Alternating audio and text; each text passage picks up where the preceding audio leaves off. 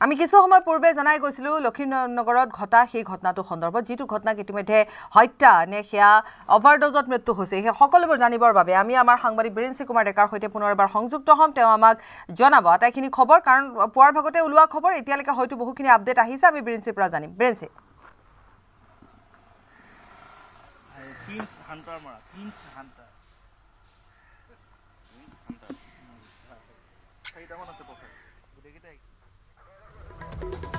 বীৰেন্সি আমি আপোনাৰ পৰা এই মুহূৰ্তৰ যিখিনি আপডেট আছে সমগ্ৰ ঘটনাটোক লৈ জানিব বিচাৰিম বীৰেন্সি পাপৰি চাওক আসলতে এই মুহূৰ্তত যেহেতু দণ্ডাধীশৰ উপস্থিতিত যিগৰাকী যুৱতী ইতিমধ্যে এই মুহূৰ্তলৈকে কোনো ধৰণৰ পৰিচয় উদ্ধাৰ কৰিব পৰা নাই আৰক্ষীয়ে সকলোখিনি তেওঁলোকে চেষ্টা অব্যাহত ৰাখিছে যে WT মেছেজ দিছে অসমৰ প্ৰত্যেকখন থানালৈ তেওঁলোকে WT মেছেজ দিছে যে তেওঁৰ ফটো প্ৰেৰণ কৰা হৈছে কিন্তু এই মুহূৰ্তলৈকে সেই যুৱতীগৰাকী বা সেই যি আমি তৃতীয় লিংগ বুলি সন্দেহ কৰিছোঁ এই মুহূৰ্তলৈকে কিন্তু কোনো ধৰণৰ আচলতে তথ্য লাভ কৰা নাই আৰু দেখা পোৱা গৈছে যে এতিয়া যিগৰাকী আচলতে তেওঁৰ ঘৰৰ গৰাকী তেওঁ আহি ইয়াত উপস্থিত হৈছে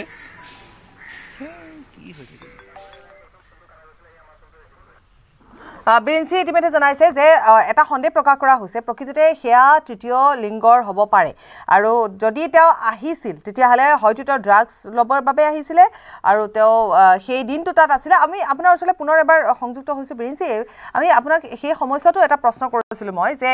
এই ঘটনাটো কোনদিনা ঘটিছিল সন্দেহ কেনেধৰণে কৰা হৈছে সেয়া বৃহস্পতিবাৰে ঘটিছিল নে বুধবাৰে ৰাতি ঘটিছিল হয়তো বৃহস্পতিবাৰে ঘটিব পাৰে হয়তো নিশাৰ ভাগত ঘটিব পাৰে আৰু তাৰপিছত পুৱাৰ ভাগতে অপৰাধী বুলিয়ে কৈছোঁ ৰোহন কাশ্যপ তেওঁ পুৱাৰ ভাগত ঘৰৰ পৰা ওলাই গৈছে এতিয়া সেই সন্দৰ্ভত এই ঘৰটোৰ মালিকে কিবা তথ্য দিছে নেকি পাপৰি চাওক আচলতে সেই ঘৰৰ যিগৰাকী তেওঁ ইতিমধ্যে সেই মৰণোত্তৰ পৰীক্ষাৰ বাবে তেওঁকে আচলতে মাতি পঠিয়াইছে আৰক্ষীয়ে আৰু তেওঁ উপস্থিত হৈ সকলোখিনি তেওঁ যিখিনি জানে দণ্ডাধীশৰ উপস্থিত সকলোখিনি আৰক্ষীৰ আগতে এই মুহূৰ্তত কৈছে কিন্তু এই মুহূৰ্তলৈকে প্ৰথম সমস্যাটো হৈছে যে যিগৰাকী যুৱতীয়ে হওক বা তৃতীয় লিংগ হয় তেওঁৰ পৰিচয়টো উদ্ধাৰ হ'লে বহুখিনি তথ্য আৰক্ষীয়ে লাভ কৰিলেহেঁতেন বা তদন্তৰ প্ৰক্ৰিয়াত যিধৰণে তেওঁলোকৰ সহায় হ'ব লাগিছিল তেওঁৰ পৰিচয় উদ্ধাৰ হ'লে সেইখিনি সহায় হ'ল কাৰণ যাৰ ঘৰৰ পৰা সেই যুৱতীগৰাকী বা সেই তৃতীয় লিংগ আহিছিল সেই সকলোখিনি কথা গম পোৱা গ'ল যে কেতিয়া আহিছিল কোন সময়ত আহিছিল কি ধৰণৰ তেওঁ আচলতে মহানগৰীত তেওঁ বেলেগৰ পৰা আহি থকা নে গুৱাহাটীতে তেওঁৰ ঘৰ সেই কথাখিনি যেতিয়া স্পষ্ট হ'ব তেতিয়া সেই কথাখিনি ওলাই পৰিব যে এইগৰাকী নয়ন দাসে সেই যুৱতী বা সেই তৃতীয় লিংগগৰাকীক কেতিয়া কোঠালৈ মাতি আনিছিল বা কি কামত আহিছিল সেয়া ড্ৰাগছৰ সৰবৰাহ কৰা নে তাতো অংকন কৰিব আহিছিল সেই কথাখিনি এই মুহূৰ্তলৈকে কিন্তু অন্ধকাৰত আছে আৰক্ষীয়ে যৎপৰোনাস্তি চেষ্টা কৰি আছে আৰু যিগৰাকী যুৱতী বঞ্জিতা ৰাভা নামৰ যিগৰাকী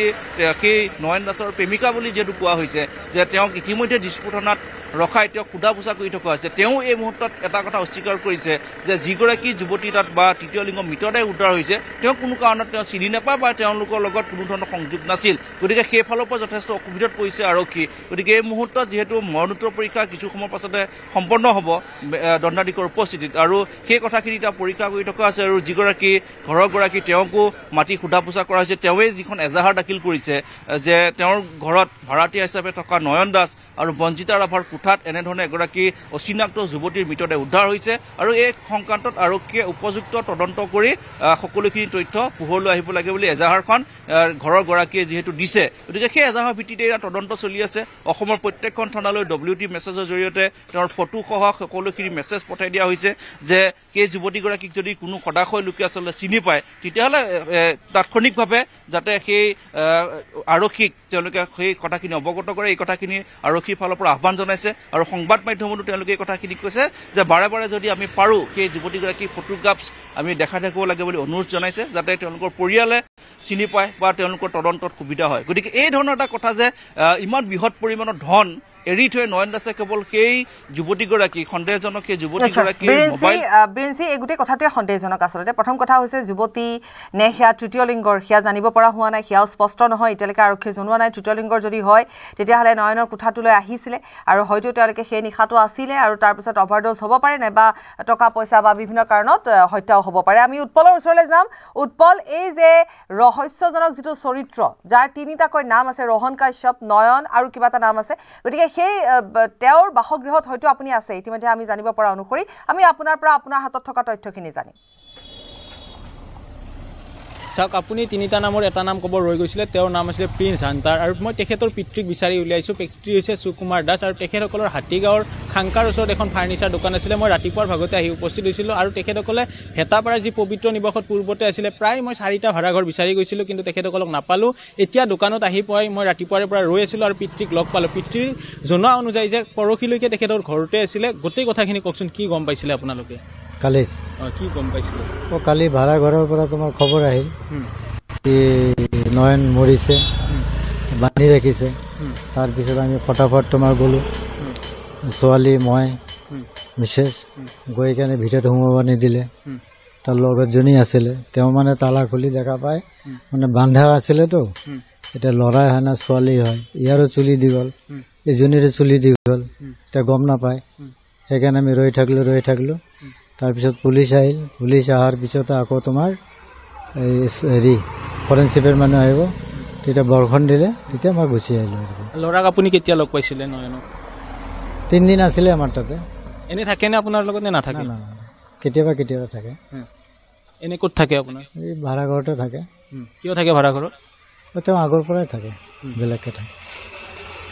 তেওঁৰ বিয়া পাতিছিলে নয়নে নয়নৰ নাম কি এনে আমি নয়নে অৰিজিনেল নাম নয়নে প্ৰিন্স বুলি কোনোবা মাতে একচুৱেলি নয়ন নাম তাৰপিছত এতিয়া নয়নৰ লগত আপোনাৰ কেতিয়ালৈকে যোগাযোগ হ'ল দেৱালী কালি পৰহি মই লগ পোৱা নাই পৰহি মানে ঘৰত আহিছিলে আমাৰ ভাই ফটা আছিলেতো এই ভাই ফটা যে দিয়ে দি কেনে গ'ল তেতিয়া ৰাতি আকৌ মাকে ক'লে কি ভাত খাবি না কয় না মালিকৰ লগত বনাই আছোঁ মালিকৰ লগত ভালতো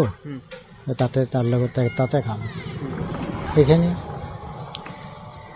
তাৰপিছত কাহিনীটো নাজানো কালি ফোন কৰিছিলে নয়নক কালিতো ৰিচিভ কৰা নাই না এওঁ কৰিছিলে ছোৱালীজনীৰ লগত কণ্টেক্ট হৈছে নয়নৰ কোন কোন আছে পৰিয়ালত আমাৰ 3টা ল'ৰা তেওঁৰ নিজৰ ছোৱালী এজনী নয়নে কি কৰে তেওঁ টেটু ক'ত আছে দোকান আগতে তোমাৰ হেৰিত আছিলে সিজুবাৰী এতিয়া পালাৰে কৰে আপোনাৰ দৰকাৰ হ'ল আপোনাক মাতি দিলে ঘৰত বনায় মানে দেৱালী 3 দিন আপোনাৰ ঘৰত আছিলে আছিলে কিবা কথা কৈছিলে নে এনেকুৱা ধৰণৰ নাই একো নাই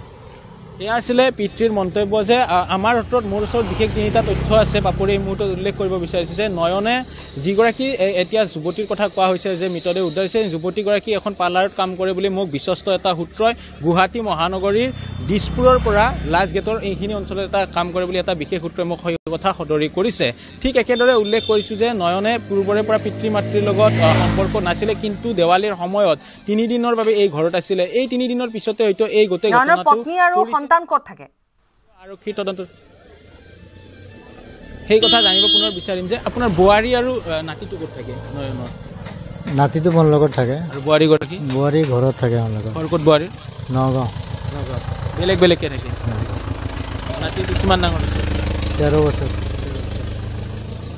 নয়নৰ বয়স কিমান মান হ'ব 39 মান হ'ব বেছি হ'ব সিহঁতৰ মাজত সম্পৰ্ক নাছিলে নেকি এই আছিলে তাৰমানে তেওঁ অলপ বেলেগ দুটাই কাজিয়া লাগেতো কাজিয়া লাগে কাৰণে ছোৱালীজনী সৰুৰ পৰা আনি আকৌ মানে নগাঁৱৰ যিগৰাকী আপোনাৰ বোৱাৰী আহেনে মাজে সময়ে নাহে এই তুলনাত আহিছিলে এনে আহিব নাই এনে কম আহে আহিলে ক'ত থাকে ঘৰতে থাকে 1 দিন 2 দিন থাকে এদিনৰ কাৰণে আহে 2 দিন আনে ছোৱালীক চাই যায় সেইখিনি এই মুহূৰ্তত উল্লেখ কৰিছে যে নয়নৰ 13 বছৰীয়া সন্তান আছে আৰু তুলনি বিয়াতহে মাতৃ আহিছিলে পূৰ্বৰে পৰা তেখেতসকলৰ মাজত হয়তো সম্পৰ্ক বিচ্ছেদ বা তেনেকুৱা ধৰণৰ এটা পাৰিবাৰিক সংঘাত আছিলে সেই কথা পিতৃয়ে উল্লেখ কৰিছে আমি উল্লেখ কৰিছোঁ যে ৰাতিপুৱাৰে ভাগৰ পৰা ভেটাপাৰাৰ ঘৰামাৰা মহৰ্ষি বিদ্যা মন্দিৰ পথ আৰু ঠিক একেদৰে সিজুবাৰী 5টা অঞ্চল গৈছিলোঁ তাৰে পিছত 6ষ্টম যেতিয়া আমি অঞ্চল আহিলোঁ যে দোকানখনৰ কথা কৈছোঁ অতীত দেখুৱাব ধৰণী ফাৰ্নিচাৰ সেইগৰাকী তেখেতৰ সৰু ভাতৃৰ নামত থকা এখন ফাৰ্নিচাৰ দোকান আৰু পিতৃ সুকুমাৰ দাসে এই দোকানখনত তেখেতে ফাৰ্নিচাৰৰ ব্যৱসায় কৰে, ভাতৃয়ে সহযোগ কৰে। আৰু উৎপল অৰ্থাৎ এই গোটেই কথাটোৰ লগত আচলতে তেওঁৰ নিজৰ পৰিয়ালটো জড়িত নহয়, কাৰণ তেওঁলোকৰ সৈতে তেওঁলোকৰ ইমান এটা সম্পৰ্ক নাই, হয়তো 3 দিনৰ আগত আহিছিলে, গতিকে এনেকুৱা ধৰণৰ কথা কোৱা নাই। এতিয়া আমি বিৰিঞ্চিৰ ওচৰলৈ যাম উৎপল, কাৰণ গোটেই ঘটনাটো যদি চোৱা যায় উৎপল, যে এইটো এটা ড্ৰাগছ সম্পৰ্কীয় তথ্য বুলিয়ে ক'ব পাৰি, কাৰণ ড্ৰাগছ হয়তো অভাৰড'জ হৈছে, এতিয়ালৈকে জানিব পৰা হোৱা নাই যে সেইগৰাকী তৃতীয় লিংগৰ নে কি। তাৰ উপৰি 1.5 লাখ টকা নগদ পোৱা গৈছে, পলাইছে যদিও টকাখিনি লৈ যোৱা নাই, গতিকে ক'ৰবাত নহয় ক'ৰবাত গোটেই কথাখিনি মিলি যোৱা নাই। উৎপল, আপুনি তেনেকুৱা ধৰণৰ কিবা খবৰ আপোনাৰ হাততো থাকিব পাৰে নেকি বাৰু? চাওক, মোৰ ওচৰত দুটা আৰু ক্লু আছিলে, মই ক'ব ৰৈ গ'ল তেতিয়া সেই কথা যে মই যিখিনি মোৰ দুজনমান এনেধৰণৰ খবৰ দিয়া চ'ৰ্চে মোক জনোৱা অনুযায়ী যে দীৰ্ঘদিন ধৰি এই নয়নে কিন্তু যুৱতীৰ যি নাৰী দেহৰ ব্যৱসায় চক্ৰৰ লগত জড়িত আছিলে, সেই কথা স্পষ্ট ভিডিঅ' ফুটেজো তেখেতসকলৰ ওচৰত আছিলে। একেবাৰে সৰু নহয়, যদি চোৱা যায় যে সমাজৰ বেয়াগুম লোককো তেখেতে মহিলা আৰু নাৰী যোগান ধৰাৰ কিন্তু এটা তথ্য পোহৰলৈকে আহিছে সময় উকলাৰ লগে লগে। ঠিক একেদৰে বহু স্পাত কাম কৰাৰ কথা উল্লেখ হৈছে যে যিগৰাকী ফটো দেখিবলৈ পোৱা গৈছে, যিগৰাকী এতিয়া মৃত্যু মুখত পৰিছে, সেইগৰাকী যুৱতী এখন স্পাত কাম কৰে বুলি এটা চ'ৰ্চে, বিশ্বস্ত চ'ৰ্চে সেই কথা জানিব দিছে। আৰু এই নয়নে পূৰ্বৰে পৰা নাম সলনি কৰি বিভিন্ন স্থানত বহু লোককে তেখেতে যুৱতী আৰু মহিলা দীৰ্ঘদিনৰ পৰা যোগান ধৰি অহাৰ কথা উল্লেখ কৰিছে। আৰু ড্ৰাগছৰ গোচৰত পূৰ্বে দিছপুৰ আৰক্ষীয়ে এবাৰ গ্ৰেপ্তাৰ কৰিছিলে। দিছপুৰ আৰক্ষীয়ে যে গ্ৰেপ্তাৰ কৰিছিলে, আপুনি এই কথা গম পাইছিলেনে? নয়নক ইয়াৰ আগতে কেতিয়া কৰিছিলে গ্ৰেপ্তাৰ? এইটো তোমাৰ কেইবছৰমান হ'ল বা হ'ল, এইটো বহুত দিন হ'ল। ক্ৰাইম ব্ৰাঞ্চে ধৰিছিলে আজি 4 বছৰমান আগত, এনেকুৱা হ'ব নেকি? আমি উল্লেখ কৰা কথাটোৱে সত্য হয় যে 4 বছৰ পূৰ্বে ক্ৰাইম ব্ৰাঞ্চে তেখেতৰ বাসগৃহৰ সমীপৰ পৰা তেখেতক গ্ৰেপ্তাৰ কৰিছিলে। আৰু ঠিক একেদৰে ড্ৰাগছৰ কেছত গ্ৰেপ্তাৰ দিছিলে 4 বছৰ পূৰ্বে নয়নে, আৰু ক্ৰাইম ব্ৰাঞ্চে গ্ৰেপ্তাৰ কৰি দিছপুৰ আৰক্ষী থানাকে চমজাই দিছিলে। সেই বিশ্বস্ত তথ্য আমাৰ ওচৰত আহি পৰিছে। ঠিক একেদৰে উল্লেখ কৰিছে যে বহু নামী দামী ব্যক্তিক তেখেতে নিশা হ'লে এনেধৰণৰ মহিলা বা যুৱতী যোগান ধৰাৰ কিন্তু এটা বিশ্বস্ত সূত্ৰই সেই কথা সদৰি কৰিছে। আৰু এই যিগৰাকী যুৱতী,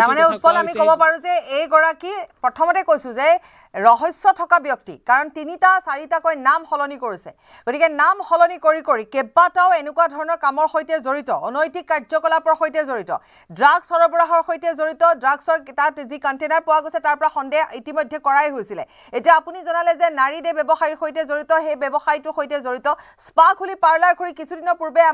আমি বাতৰি সংগ্ৰহ কৰিছিলোঁ, দেখুৱাইছিলোঁ, আপোনালোকে সেই বাতৰি দেখুৱাইছিলে যে পাৰ্লাৰসমূহৰ পৰা উৎখাত কৰা হৈছে, এনেকুৱা ধৰণৰ পাৰ্লাৰসমূহ উৎখাত কৰা হৈছে য'ত নাৰী দেহ ব্যৱসায় চলে বা এনেকুৱা ধৰণৰ, এইবোৰৰ লগতো হয়তো জড়িত আছিলে পাকে প্ৰকাৰে। গতিকে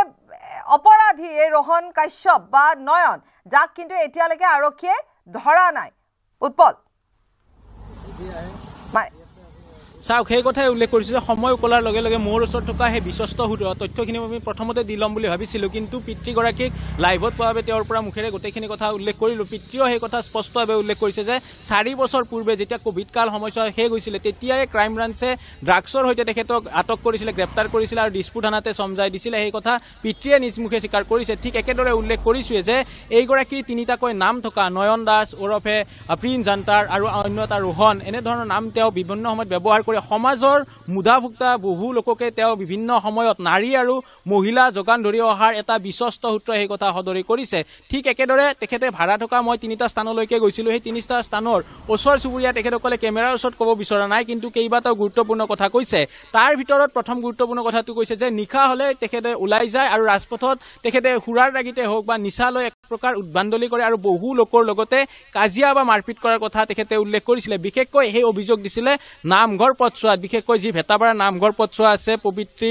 এপাৰ্টমেণ্ট সম্ভৱতঃ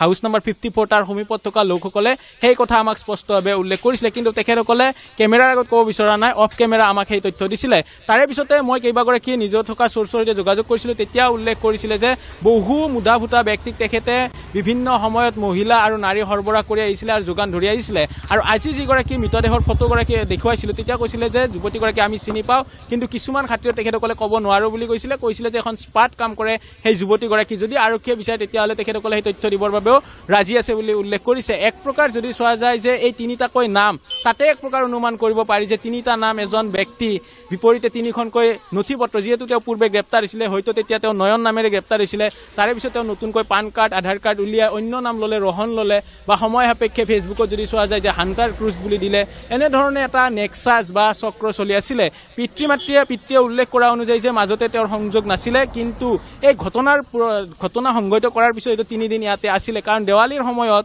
এই স্থানত থকাৰ কথাই পিতৃয়ে সেই কথা স্পষ্টভাৱে উল্লেখ কৰিছে অৰ্থাৎ তাৰে পৰা অনুমান কৰিব পাৰি যে নয়নে ৰোহনে বা এই যি প্ৰিন্স হান্টাৰ তেওঁ যে কোনোবাখিনিত যে এনে ধৰণৰ এটা চক্ৰ গঢ় লৈ উঠিছিলে বা এই চক্ৰ যে তেওঁ কাম কৰি আছিলে সেয়া কিন্তু স্পষ্ট হৈ পৰিছে নিশ্চয় উৎপল আপুনি বহুখিনি তথ্য ইতিমধ্যে দিলে বিৰিঞ্চি আপোনাৰ ওচৰলৈ এবাৰ আহিছো উৎপলে বহুখিনি তথ্য দিলে তাৰ পৰা এটা কথা অন্তত নিশ্চিত হৈ পৰিলো যে এই ঘটনাটো আচলতে ত্ৰিকোণীয় প্ৰেম নহয় ইয়া ড্ৰাগছ নাৰী সৰবৰাহ এনেকুৱা ধৰণৰ কথা হৈতেহে জড়িত হৈ আছে বিৰিঞ্চি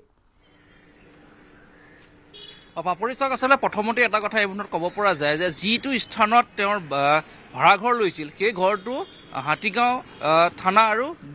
যি দিছপুৰ থানা আছে দিছপুৰ থানাৰ অধীনতে আচলতে পৰে গতিকে সেইফালৰ পৰা সেইখিনি ক্ষেত্ৰত প্ৰথম এই কথাটো যে কেনেধৰণে সেই ভাড়াঘৰটোত তাকি ড্ৰাগছৰ সৰবৰাহ কৰি আছিল বা ড্ৰাগছৰ ব্যৱসায় কৰি আছিল সেয়া আমি যদি কওঁ যে দিছপুৰ আৰক্ষীৰ নাকৰ তলতে চলাই আছিল বুলি এই মুহূৰ্তত ক'ব পৰা যায় গতিকে সেই ক্ষেত্ৰত দিছপুৰ আৰক্ষীয়ে কি কাৰণে ব্যৱস্থা গ্ৰহণ কৰা নাছিল যিহেতু পূৰ্বতে এবাৰ গ্ৰেপ্তাৰ হোৱা এগৰাকী লোক দ্বিতীয় আৰু এটা কথা আহিছে যে আমি নয়ন দাসৰ যিটো প্ৰফাইল চাইছিলোঁ ফেচবুকত তেওঁৰ 3টাকৈ প্ৰফাইল আছে 3টা প্ৰফাইলৰ আমি যেতিয়া তেওঁৰ ফটোসমূহ চাইছিলোঁ সেই ফটোসমূহত কিন্তু নয়ন দাসে অধিকাংশ আচলতে 80% ফটো কিন্তু তেওঁৰ লগত থকা যিসকল লোক সেইসকল আছিল তৃতীয় লিংগৰ ব্যক্তি কিন্তু আমি সেই ফটোখিনি দেখি আমি গম পাইছোঁ গতিকে এই ক্ষেত্ৰত তেনেধৰণৰ যে এটা তেওঁৰ নেক্সাছ চলাই আছিল সেয়া নাৰী দিয়ে ব্যৱসায়ীৰ কথা কওক বা ড্ৰাগছৰ ব্যৱসায়ীৰ কথা কওক সেইখিনি ফটোগ্ৰাফ চালেই আচলতে গম পোৱা যায় নয়ন দাস কেনে প্ৰকৃতিৰ এজন লোক তেওঁ টাটু অংকন কৰে বা বিভিন্ন ধৰণৰ ছবি আঁকি ফুৰে কিন্তু তাৰ আঁৰত যে তেওঁ এনেধৰণৰ এটা চৰিত্ৰ আচলতে তেওঁ লুকাই আছে যে তেওঁ ঘৰত এটা অপৰাধী চৰিত্ৰ লুকাই আছে তেওঁ শিল্পী বুলি নিজকে কয় তেওঁ তেনেকুৱা টাটু আৰ্ট কৰে বা আপুনি কৈছে ইতিমধ্যে এটা অন্য ধৰণে তেওঁ আৰ্টো কৰে বিভিন্ন শিল্পীৰ তেওঁ ছবি আঁকে কিন্তু তেওঁৰ আঁৰত এটা অপৰাধী লুকাই আছে যি নাৰী দেহ সৰবৰাহৰ সৈতে জড়িত ড্ৰাগছ সৰবৰাহৰ সৈতে জড়িত বুলি ইতিমধ্যে কিছু কথাও পোহৰলাই আছে তেওঁ আনকি গ্ৰেপ্তাৰো হৈছে পূৰ্বে আৰু এই গোটেই কথাখিনি এই 1.5 মাহ তেওঁৰ লগত থকা যিগৰাকী যুৱতী তেওঁৰ হাততো নিশ্চিত ৰূপত কিছু নহয় কিছু তথ্য থাকিব যাৰ বাবে হয়তো তেওঁ ঘৰলৈ গৈছিল বা আহি তেওঁ যেহেতু এই ঘটনাটো দেখিলে তেওঁক আৰক্ষীয়ে সোধা পোছা কৰিলে বহুখিনি তথ্য নিশ্চয় ওলাই পৰিব এতিয়া তেওঁক আৰক্ষীয়ে সোধা পোছা কৰি আছেনে এতিয়া আৰক্ষীৰ লগতে আছেনে নিশ্চয় তেওঁ দিছপুৰ থানাত এই মুহূৰ্ততো তেওঁক মাৰধন জেৰা কৰি আছে সেই সকলোখিনি তথ্য এই মুহূৰ্তত আৰক্ষীয়ে উলিয়াব খুজি আছে যে নয়ন দাসক তেওঁ কেতিয়া লগ পাইছিল কিমান দিন ধৰি তেওঁলোকৰ সম্পৰ্ক কেনেকুৱা তেওঁলোকৰ মাজত যি ধৰণৰ এটা সংঘাত হৈছিল সেই সংঘাতটো আচলতে কি কাৰণে হৈছিল বা কেনেধৰণৰ নয়নে এই ধৰণে ড্ৰাগছৰ সৰবৰাহ কৰে নেকি এই যুৱতীগৰাকীও তেওঁক সহযোগ কৰিছিল নেকি সেই সকলোখিনি দিশত যাতে কোনো এটা দিশত তদন্তত যাতে খুঁত থাকি নাযায় সেইখিনি দিছপুৰ আৰক্ষীয়ে এই মুহূৰ্তত কৰি থকা হৈছে আৰু যিহেতু ভগদত্তপুৰ আউটপোষ্টৰ অধীনৰ যিগৰাকী ছাব ইন্সপেক্টৰ তেওঁ সকলো এতিয়া ইয়াত মৰণোত্তৰ পৰীক্ষা সকলোখিনি সম্পন্ন হ'ল ইতিমধ্যে দণ্ডাধীশ ওলাই গৈছে ইয়াৰ পৰা তেওঁৰ হয়তো সেই সকলোখিনি তথ্য কিছু সময়ৰ পাছত দিব যে উচ্চপদস্থ যিগৰাকী বিষয়া আছে ডিচিপিগৰাকীয়ে কিছু সময়ৰ পাছতে বশিষ্ঠ থানাত এখন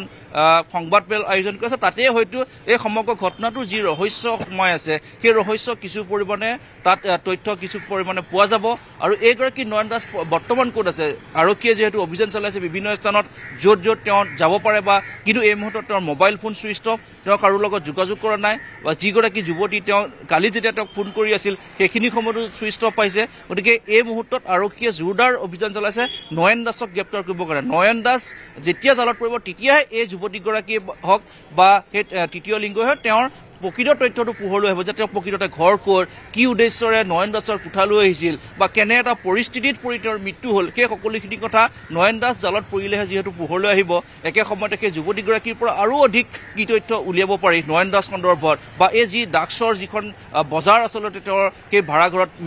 মেলিছিল বৃহৎ পৰিমাণৰ ধন তাত উদ্ধাৰ হৈছে গ্ৰেপ্তাৰ কৰিব পৰা নাই নয়নক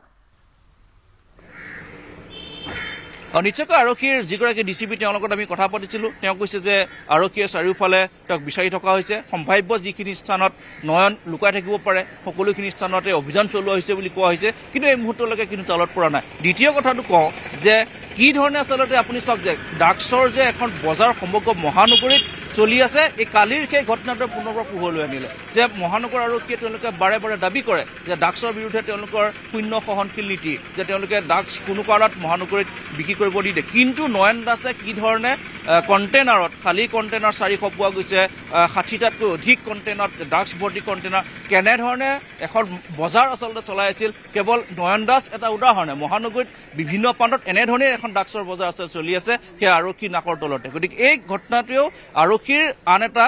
যি বিফলতাৰ ছবি, সেই বিফলতাৰ ছবিখনো কিন্তু পোহৰলৈ আনিছে। গতিকে এই মুহূৰ্তত আটাইতকৈ ডাঙৰ কামটো হৈছে যে নয়নক গ্ৰেপ্তাৰ কৰা, আৰু নয়নক গ্ৰেপ্তাৰ কৰিলে এই যুৱতীগৰাকীৰ তথ্য বা সেই যি তৃতীয় লিংগই হওক তেওঁৰ প্ৰকৃত পৰিচয় পোহৰলৈ আহিব। তেওঁৰ ঘৰ ক'ত, তেতিয়া তেওঁলোকৰ পৰিয়ালৰ লগত যোগাযোগ কৰিব পাৰিব, আৰু পৰিয়ালৰ লোকসকল যেতিয়া আহিব তাৰ পাছত ওলাই পৰিব যে এই যুৱতীগৰাকী বা এই তৃতীয় লিংগগৰাকী প্ৰকৃততে মহানগৰীত থাকি কি কৰিছিল, তেওঁ নয়ন দাসৰ কোঠাত কেনেধৰণে আহি